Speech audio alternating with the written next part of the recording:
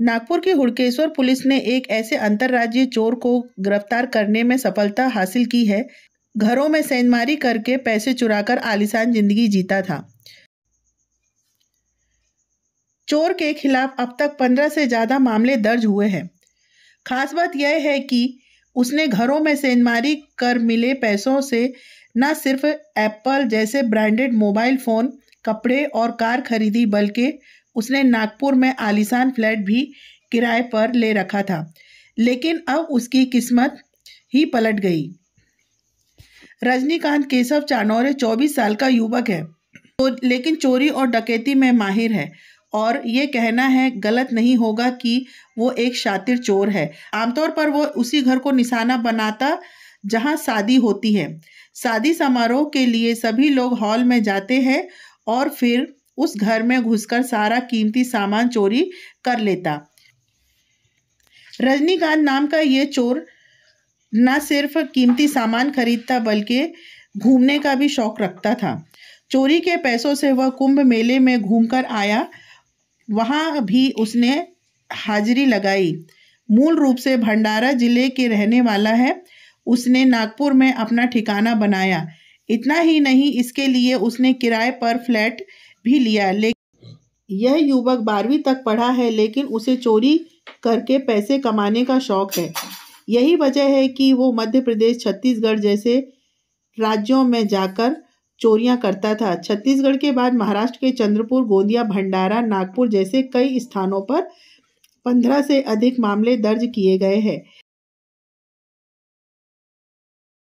आमच्या डीबी पथकाने एक अतिशय शातिर आरोपीला रेकॉर्डवरील अटक केलेली आहे। त्याला भोपाळवरून अटक करण्यात आलेली आहे आणि हा मूळचा भंडारा येथील आहे आणि याच्यामध्ये 2 आरोपी होते, परंतु एक आरोपी अजून वॉन्टेड आहे। एक आरोपी आपण अटक केलेला आहे, भोपाळ येथून त्याला अटक केलेली आहे। या आरोपीचा मोडस अशी होती का 4 व्हीलर गाडी, वर्ना गाडी आहे त्याच्याकडे, त्या गाडीचा वापर करून तो रेखी करत होता आणि ज्या घरी लग्न समारंभ आहे त्या घरी लग्न समारंभ झाल्यानंतरचा जो दुसरा दिवस असतो रिसेप्शनचा वगैरे, आणि त्यावेळेस रिसेप्शनला घरचे लोक गेले असताना आणि त्या घराला रेकी करून ते टार्गेट करून त्याच्या घरी तो घरफोडी करायचा।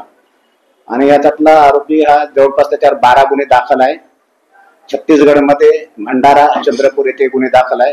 राहणारा सुद्धा भंडाऱ्याचा आहे। त्याची अतिशय चाणक्य होती, मोडस अशी होती का तो 1-1.5 किलोमीटर दूरवर आपली गाडी ठेवायचा, पायदळ जायचा आणि पायदळ जाऊन काम करायचा गल्ल्या गल्ल्यातून, आणि नंतर मग त्याची गाडी घेऊन फसार राहायचा।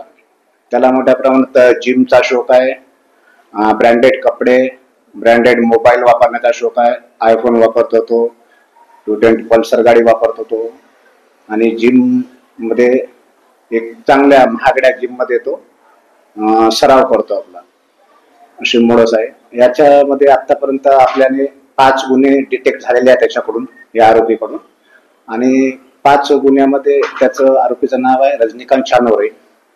जवळपास आम्ही 17 लाखाचा मुद्देमाल त्याच्याकडून हस्तगत केलेला आहे। 17,90,000 रुपयाचा मुद्देमाल त्याच्याकडून आम्ही हस्तगत केलेला आहे।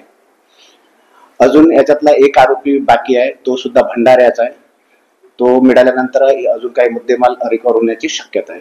इथे राहत होते की फक्त सावली करण्यासाठी फक्त येत होते? मागील 3 महिन्यापासून इथे त्यांनी रूम रेंट न घेतलेली होती नरसाडा परिसरामध्ये, एक चांगल्या वस्तीमध्ये आणि एका चांगल्या घरामध्ये एक रूम रेंट न घेतली, रेंट न घेऊन रूम तो राहत होता। त्याचं एज्युकेशन काय आणि त्यांनी काय सांगितलं, पैशाचा वापर तो कशासाठी करायचा?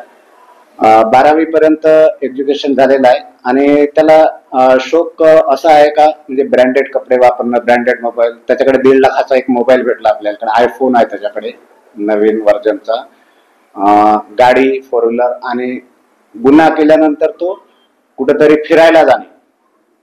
आता तो अयोध्येला, प्रयागराज इथे फिरून आलेला होता आणि आम्ही त्या टीमने त्याला सतत पाठलाग करत करत भोपाळमध्ये त्याला पकडलेलं होतं।